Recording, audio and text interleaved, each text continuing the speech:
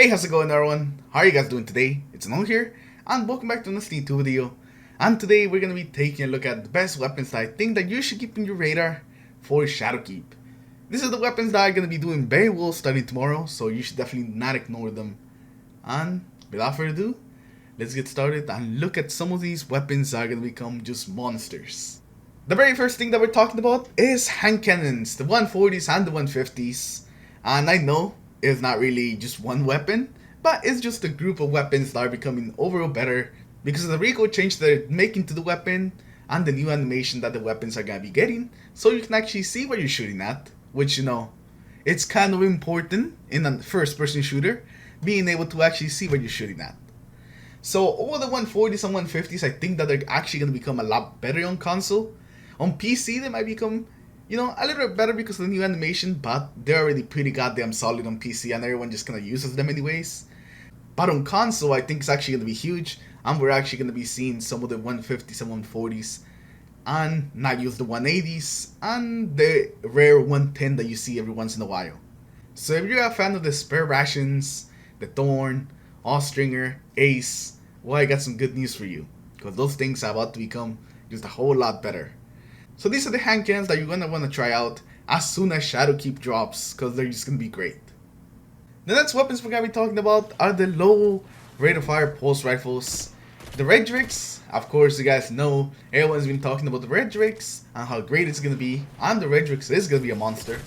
But you also don't want to forget about the other low impact pulse rifles, like the Einstein D, which is a name that you probably haven't heard in maybe a year or so.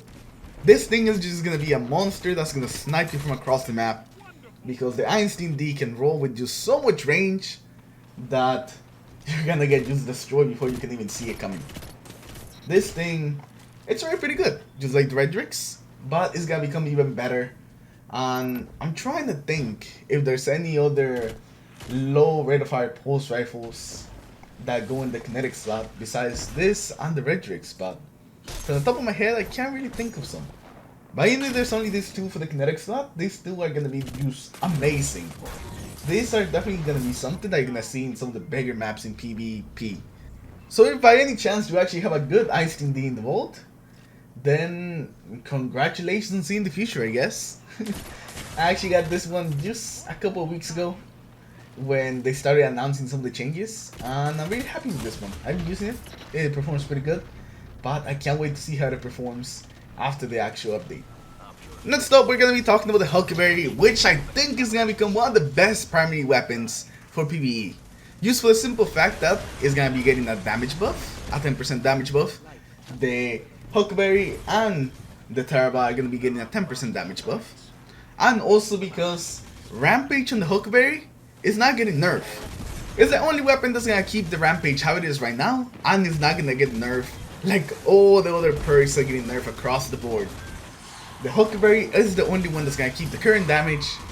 I wonder if they're going to try to change the name of the perk as well. I wonder if they're going to like change it to something else to differentiate Huckleberry's Rampage from just normal Rampage you can roll on the other weapons that now it's going to be much lower.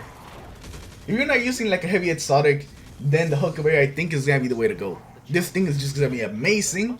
Sure, it does kick a bit here on console, but as long as you get used to that kick, this thing is what you're gonna wanna use for PvE, and I wonder how it's gonna do in PvP as well, because maybe it'll be a little bit better, but I'm not sure if it's gonna be a big PvP contender.